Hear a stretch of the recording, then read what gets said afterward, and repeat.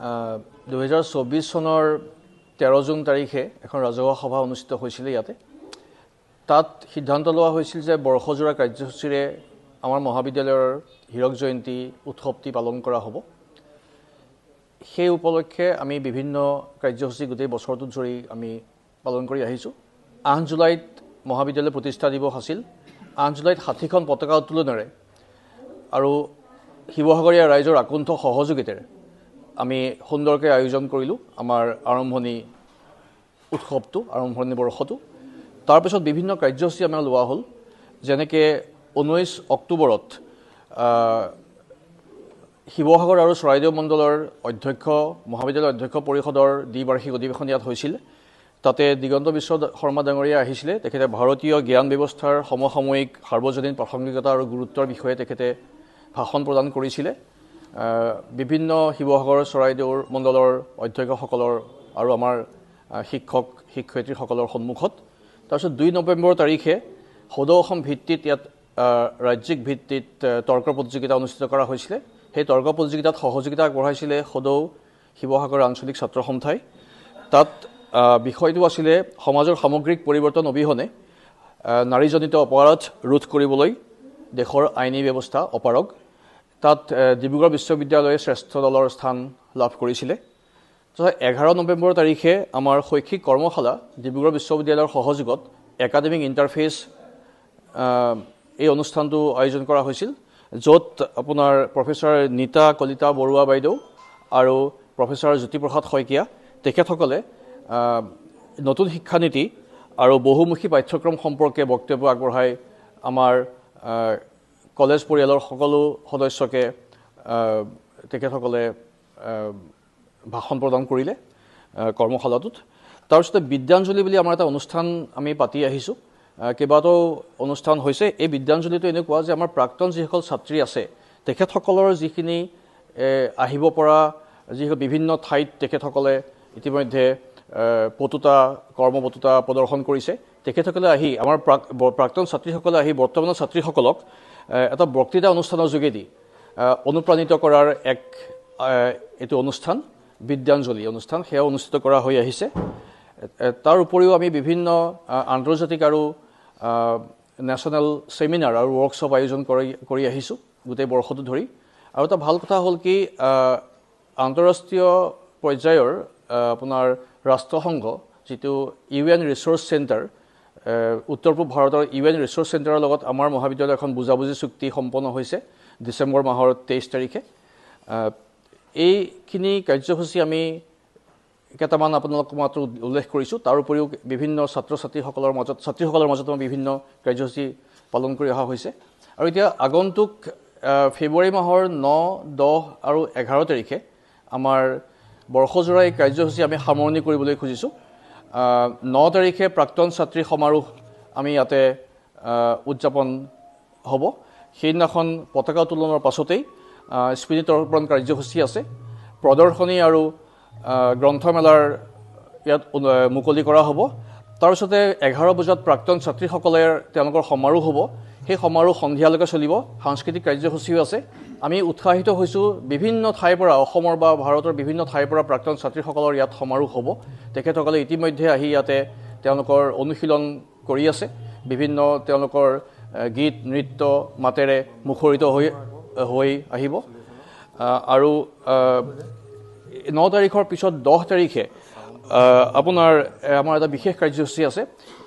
আমাৰ মহাবিদ্যালয়ৰ দীৰ্ঘকালীন সময়ত থকা এগৰাকী অধ্যক্ষ স্বৰ্গীয় বীৰেন বৰকটকীদেৱৰ সোঁৱৰণত বিশিষ্ট সাহিত্যিক বীৰেন বৰকটকীদেৱৰ সোঁৱৰণত এটা বক্তৃতা অনুষ্ঠান ইয়াত আয়োজন কৰা হৈছে স্মৃতিধাৰা অসমৰ সহযোগত এই বক্তৃতা অনুষ্ঠানটো আয়োজন কৰা হৈছে তাত সেই বক্তৃতা অনুষ্ঠানত বক্তৃতা প্ৰদান কৰিব বিষয় হৈ আহিব আৰু 9 তাৰিখৰ পিছত 10 তাৰিখে আপোনাৰ আমাৰ এটা বিশেষ কাৰ্যসূচী আছে আমাৰ মহাবিদ্যালয়ৰ দীৰ্ঘকালীন সময়ত থকা এগৰাকী অধ্যক্ষ স্বৰ্গীয় বীৰেন বৰকটকীদেৱৰ সোঁৱৰণত বিশিষ্ট সাহিত্যিক বীৰেন বৰকটকীদেৱৰ সোঁৱৰণত এটা বক্তৃতা অনুষ্ঠান ইয়াত আয়োজন কৰা হৈছে স্মৃতিধাৰা অসমৰ সহযোগত এই বক্তৃতা অনুষ্ঠানটো আয়োজন কৰা হৈছে তাত সেই বক্তৃতা অনুষ্ঠানত বক্তৃতা প্ৰদান কৰিব বিশিষ্ট বুদ্ধিজীৱী তথা বিশিষ্ট সাংবাদিক অসমৰ শ্ৰদ্ধাৰ প্ৰশান্ত ৰাজগুৰুদেৱে তেখেতে বক্তৃতা প্ৰদান কৰিব সাম্প্ৰতিক সময়ত অসম অসমীয়া আৰু আমাৰ ভৱিষ্যত সেই বক্তৃতা প্ৰদান অনুষ্ঠানটো 11 বজাত 10 তাৰিখে অনুষ্ঠিত হ'ব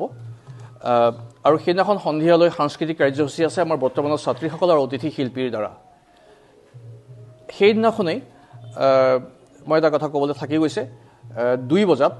আমি আমাৰ মহাবিদ্যালয়ে এটা অনন্য মহিলা উৎকৰ্ষ বঁটা প্ৰদান কৰি আহিছে এই বছৰৰ যিটো বঁটা প্ৰদান সেই বঁটা প্ৰদান কৰা হ'ব শ্ৰীযুতা অঞ্জলি মোহন চেতিয়া তেখেত এগৰাকী বিশিষ্ট সমাজ সংগঠক প্ৰবীণ ক্ৰীড়াবিদ আৰু সাংস্কৃতিক কৰ্মী সেই বঁটাটি প্ৰদান কৰিব শ্ৰদ্ধাৰ ডক্টৰ অনিল শইকীয়াদেৱে আৰু 11 তাৰিখে শেষৰ দিনাখন আমাৰ সাংস্কৃতিক শোভাযাত্ৰাৰে আমি কাৰ্যসূচী আৰম্ভ কৰিব খুজিছোঁ 9 বজাত সাংস্কৃতিক শোভাযাত্ৰা উদ্বোধন কৰিব শ্ৰদ্ধাৰ মাখন বৰাদেৱে তাৰ পাছতে 11 বজাত মুকলি সভা অনুষ্ঠিত হ'ব মুকলি সভা উন্মোচন কৰিব শ্ৰদ্ধাৰ কেবিনেট মন্ত্ৰী শ্ৰী যোগেন মোহনদেৱে ইয়াত উপস্থিত থকাৰ কথা আমাৰ অভিভাৱক মন্ত্ৰী তথা শিক্ষা মন্ত্ৰী মাননীয় ডক্টৰ ৰণোজ পেগু ডাঙৰীয়া আৰু তাত উপস্থিত থাকিব সন্মানীয় অতিথি হিচাপে উপস্থিত থাকিব ডক্টৰ বসন্ত কুমাৰ গোস্বামী ছাৰ তেখেত সাহিত্য সভাৰ বৰ্তমানৰ সভাপতি আৰু ডিব্ৰুগড় বিশ্ববিদ্যালয়ৰ উপাচাৰ্য মাননীয় উপাচাৰ্য প্ৰফেচৰ জিতেন হাজৰিকা ছাৰ আৰু বিভিন্ন ব্যক্তি বিশিষ্ট অতিথি আৰু আমন্ত্ৰিত অতিথি হিচাপে ইয়াত উপস্থিত থাকিব 11 তাৰিখৰ অনুষ্ঠানত আৰু সেই অনুষ্ঠানতে আমি আপোনালোকক ক'বলৈ পাই আনন্দ অনুভৱ কৰিছোঁ যে 11 তাৰিখৰ এই অনুষ্ঠানত আমি শ্ৰদ্ধাৰ শ্ৰী যাদৱ পায়েং দেৱক প্ৰফেচৰ অফ প্ৰেক্টিছ নতুন শিক্ষানীতিৰ আধাৰত UGCয়ে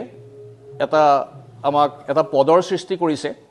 য'ত এখন মহাবিদ্যালয় বা বিশ্ববিদ্যালয়ে এজন বিশিষ্ট ব্যক্তিক নিজৰ নিজৰ স্থানত যি বিশিষ্ট ব্যক্তি আছে তেখেতসকলৰ কোনোবা এজনক আমি বা দুজনকো হ'ব পাৰে এই এটা বছৰৰ কাৰণে প্ৰথমতে প্ৰফেচৰ অফ প্ৰেক্টিছ হিচাপে নিয়োগ কৰিব পাৰোঁ এবাৰ আমি যাদৱ পায়েং দেৱৰ সন্মতি লাভ কৰিছোঁ তেখেতক আমি নিমন্ত্ৰণ জনাইছোঁ সেইদিনাখন আমি তেখেতৰ যিটো নিযুক্তি পত্ৰ সেই নিযুক্তি পত্ৰ সমজুৱাভাৱে প্ৰদান কৰিম আৰু এই প্ৰফেচৰ অফ প্ৰেক্টিছ এই পদটিৰ অধীনত তেখেতে বছৰটোত 2বাৰ বা 3বাৰ বা 4বাৰ আহি আমাৰ ছাত্ৰীসকলৰ লগত ভাৱৰ বিনিময় কৰিব বিভিন্ন বিষয়ত পৰিৱেশ সংৰক্ষণৰ পৰা আৰম্ভ কৰি বিভিন্ন বিষয়ত তেখেতে মতামতৰ আদান প্ৰদান কৰিব আমাৰ ছাত্ৰীসকল নিশ্চিতভাৱে এই পদক্ষেপৰ দ্বাৰা লাভৱান হ'ব বুলি আমি বিশ্বাস কৰোঁ আৰু 11 তাৰিখে সন্ধিয়া সামৰণি অনুষ্ঠান আমি সাংস্কৃতিক সন্ধিয়া ৰাখিছোঁ তাত অসমৰ বিশিষ্ট যশস্বী গায়িকা তৰালী শৰ্মাৰ সংগীতৰ অনুষ্ঠানেৰে আমি আমাৰ কাৰ্যসূচী অন্ত কৰিম সকলোৰে সহযোগিতা এই চেগতে মই কামনা কৰিছোঁ ধন্যবাদ ৰঙাপাৰাবাসীৰ বাবে সুখবৰ আপুনি যদি দুচকীয়া বাহন ক্ৰয় কৰিব বিচাৰিছে তেন্তে এতিয়াৰ পৰা আৰু চিন্তাৰ কোনো প্ৰয়োজন নাই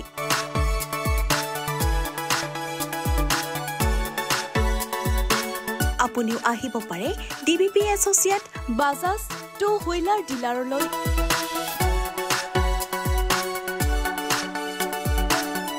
আমাৰ ঠিকনা হৈছে ৱাৰ্ড নং 8 ঠাকুৰবাৰী ৰোড ডাকঘৰ ৰঙাপাৰা জিলা শোণিতপুৰ অসম আমাৰ যোগাযোগ নম্বৰ হৈছে 94357 07133 আৰু 97079 67285